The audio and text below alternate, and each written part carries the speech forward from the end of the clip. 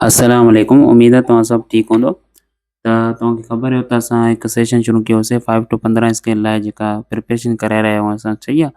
त उनमें हिकु क्वेश्चन सभ खां पहिरीं असां इंग्लिश जे पोर्शन पैसेज खे कवर कयोसीं। उहो पैसेज मां जेके मां तव्हांखे इहो ई ॿुधायुमि त उन मां जेके आहिनि 10 क्वेश्चन जेके ईंदा आहिनि उहे ईंदा आहिनि, ठीकु आहे? 10 क्वेश्चन्स ईंदा आहिनि, उन मां असां हिकु क्वेश्चन त हल करे चुका हुयासीं। त रिमेनिंग जेको सेकंड क्वेश्चन आहे उन में इहा ई पुछा करे पियो त इन पूरे पैसेज में कहिड़ा टेंसिस यूज़ थियनि था। त पोइ मां तव्हांखे इहो ई चयुमि त असांखे ख़बर कीअं पवंदो त उहे पैसेज मां उन पैसेज मां कहिड़ा टेंसिस जेके यूज़ थियनि था। तंहिंजे करे मां तव्हांखे इहो ई ॿुधायुमि त टोटल जेके टेंसिस हूंदा आहिनि उहे 12 टेंसिस हूंदा आहिनि, ठीकु आहे? 12 टेंसिस हूंदा आहिनि, उन्हनि मां असां जेके 10 टेंसिस आहिनि उहे कवर करे चुका आहियूं। रिमेनिंग जे टेंसिस उहे ॿ जेके रिमेनिंग हींअर रहनि था। हाणे उहे जेके ॿ जेके टेंसिस आहिनि उन्हनि मां असां सभ खां पहिरीं जेको आहे पास्ट परफेक्ट कंटिन्यूअस टेंस आहे।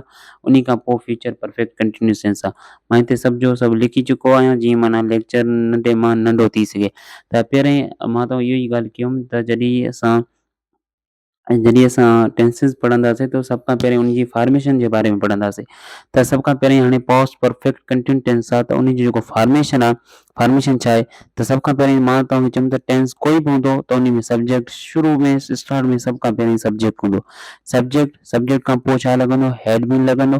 हेड बीन खां पोइ फोर्थ फॉर्म ऑफ वर्ब लॻंदो। उन खां पोइ सिंस लॻंदो या फार लॻंदो। उन खां पोइ ऑब्जेक्ट लॻंदो।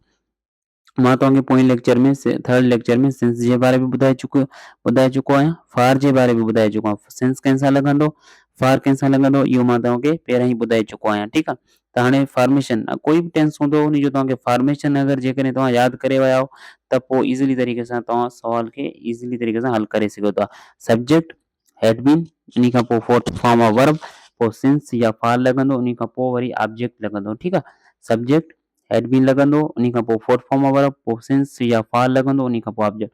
अचो त in past perfect continuous tense जे एग्जांपल जे तरफ़ हलूं था। इन जो जेको एग्जांपल आहे सभ खां पहिरीं एग्जांपल त she had been studying for 2 hours before the exam started. She छा थी वियो हिते? सब्जेक्ट थी वियो। हैड बीन छा थी वियो? हैड बीन त ईंदो छाकाणि इहो बीवर हैड बीन खां पोइ वरी फोर्थ फॉर्म ऑफ वर्ब ईंदो स्टडिंग। या सिंस लॻंदो या फार लॻंदो। फार हाणे हिते फार अची चुको आहे। फार छो आयो? मां तव्हांखे चयुमि त सिंस उन सां लॻंदो जंहिंजो प्लूरल पॉसिबल न हुजे। हाणे हिते फार अची चुको आहे। फार इन जे करे आयो छाकाणि त हवर्स इन जो प्लूरल पॉसिबल आहे। जंहिंजो प्लूरल पॉसिबल आहे उन सां फार लॻंदो, जंहिंजो प्लूरल पॉसिबल न आहे त उन सां सिंस लॻंदो। बिफोर द एग्ज़ाम स्टार्टेड, हे जेको बिफोर द एग्ज़ाम स्टार्टेड इहो ऑब्जेक्ट सॼो जो सॼे जेको आहे इहो ऑब्जेक्ट थी चुको आहे, ठीकु आहे? त शी बि लॻी चुको आहे, इहो सब्जेक्ट आहे। हेड बीन बि अची चुको आहे। फोर्थ फॉर्म वर्ब बि अची चुको आहे। उन सां गॾु सिंस या फार ॿिन्हिनि मां हिकिड़ो लॻंदो। हिते फार ईंदो छाकाणि त हवर्स जेको हवर आहे, हवर सिंगल आहे, उन जो प्लूरल पॉसिबल आहे, हवर्स पॉसिबल आहे, इन जे करे हुते छा लॻंदो? फार लॻंदो। इन खां पोइ सेकंड एग्जांपल जे तरफ़ हलूं था। She had not been feeling well for days before going to the doctor.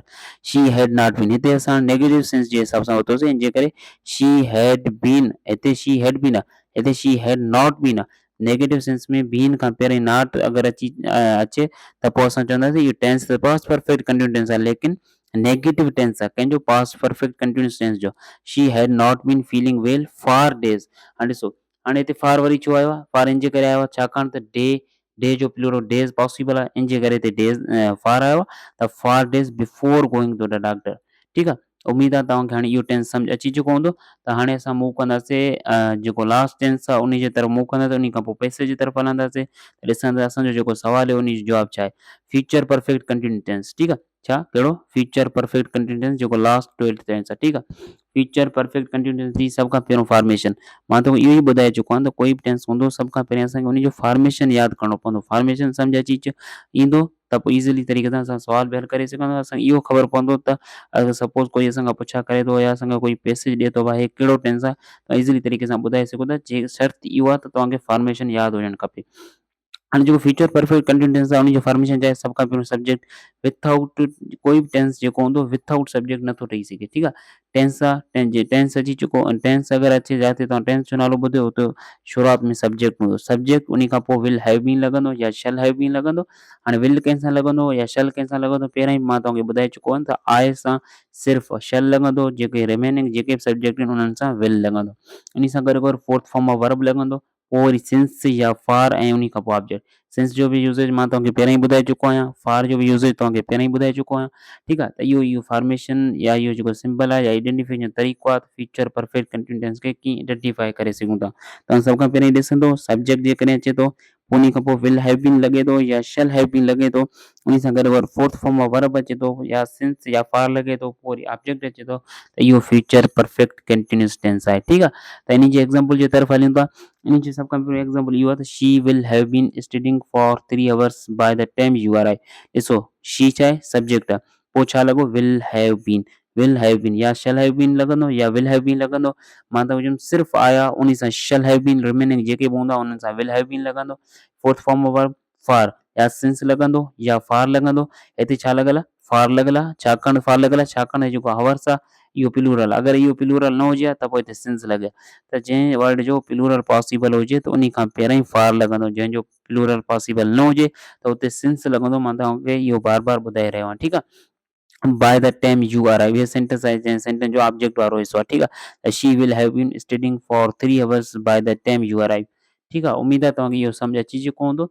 इहे जेके ॿ टेंसेस जेके रिमेनिंग रहियल आहे उन्हनि जो हाणे मां तव्हांखे सही नमूने सां वज़ाहत कयो आहे, ठीकु आहे। हाणे हलूं था पैसे जे तरफ़, जेको असांखां सवाल में जवाबु पुछा करे पियो, ॾिसूं था त उन में ओरिजिनल जवाबु छा आहे। हाणे पैसे जे तरफ़ हलंदासीं। पैसेज पहिरियों ई मां तव्हांखे व्हाट्सअप करे चुको आहियां, उते तव्हां सवाल खे रीड कजो ऐं पैसेज खे बि रीड कजो। त हाणे मां तव्हांखे सवाल जी तरफ़ वठी रहियो आहियां, त उते सवाल में छा चए पियो ऐं प्लस छा असांखां पुछी रहियो, ठीकु आहे। त हाणे जेको सेकंड क्वेश्चन आहे उन में इहा ई पुछा करे थो, चए थो in what tenses the above paragraph has been written. चए थो हे जेको हे तव्हांखे पहिरियों ई मां पैसेज ॾिनो आहे या पैराग्राफ ॾिनो आहे, पैसेज पैराग्राफ हिकु ई ॻाल्हि आहे। तव्हांखे पैसेज मां ॾिनो आहे या पैराग्राफ ॾिनो आहे, त उन में ॾिसो टेंसेस कहिड़ा यूज़ थियनि था, ठीकु आहे। त सभ खां पहिरियों असां पैसेज खे पढ़ंदासीं। त हिन जो हाणे मां तव्हांखे जवाबु डायरेक्ट ॿुधायां थो, त हिन जो जेको जवाबु आहे उहो बी सही आहे। हाणे तव्हांखे इहो ॿुधायां थो त बी हिन जो छो सही आहे। तव्हां जॾहिं पैसेज खे जॾहिं तव्हां पैसेज खे रीड कंदो त उते सभ खां पहिरीं तव्हांखे इहो सिंबल मिलंदो या इहा आइडेंटिफिकेशन तव्हांखे मिलंदो। त उते हिकु जुमिलो लिखियलु अथव, सभ खां पहिरियों लिखियलु आहे they follow a best principle of self help. ॾिसो दे, हिते दे जेको आहे इहो छा आहे, सब्जेक्ट आहे, ठीकु आहे। दे हिते सब्जेक्ट थी वियो, पोइ आयो आहे फॉलो। फॉलो जेको आहे फर्स्ट फॉर्म ऑफ वर्ब आहे। त सब्जेक्ट खां पोइ फर्स्ट फॉर्म ऑफ वर्ब हुजे, त सब्जेक्ट खां पोइ फर्स्ट फॉर्म ऑफ वर्ब हुजे, त इहो टेंस कहिड़ो थी वियो, प्रेज़ेंट इंडेफिनिट टेंस थी वियो। मां तव्हांखे सिंपल फॉर्मेशन इन जे करे यादि करायो जीअं तव्हांखे आसानी तरीक़े सां सम्झ अचे। दे फॉलो, ठीकु आहे। दे फॉलो तव्हां पैसेज पढ़ी ॾिसंदो त उते इहो जुमिलो लिखियलु अथव, they follow a best principle of self help. The subject थी वियो, फॉलो छा थी वियो, फर्स्ट फॉर्म ऑफ वर्ब थी वियो।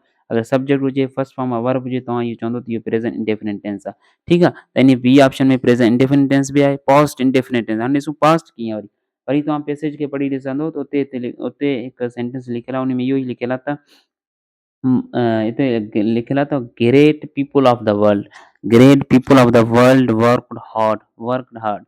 हाणे ॾिसो छा थी चुको आहे, great people of the world इहो सब्जेक्ट थी चुको आहे।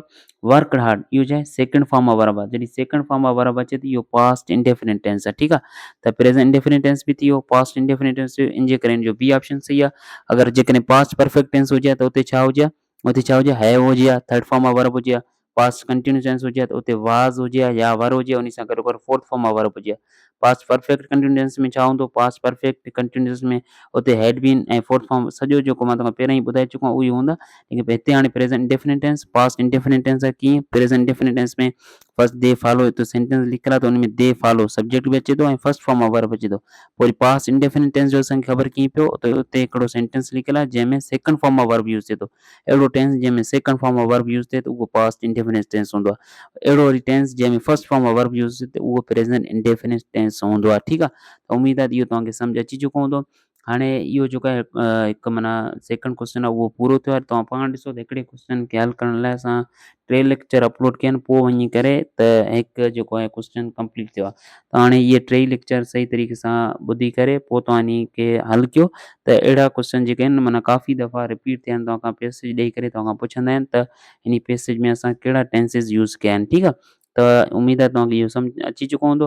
हाणे सुभाणे हिकु नए लेक्चर सां शामिलु थींदासीं ऐं हिकु प्लस ते उते इंग्लिश बि असां कवर कराईंदासीं। इनशाला कोशिशि कंदासीं त मैथ प्लस करंट अफेयर उहे जेके आहिनि उहे तव्हांखे असां कवर कराईंदासीं, सही आहे। चैनल खे लाइक ऐं सब्सक्राइब कयो, जीअं तव्हां ॾे वीडियोस जेके आहिनि जीअं असां अपलोड कयूं तव्हां ॾे फ़ौरन पुॼी वञेसि, फ़ौरन तव्हां ॾिसी सघो ऐं कुझु न कुझु सिखी सघो। सही आहे? अल्लाह हाफ़िज़।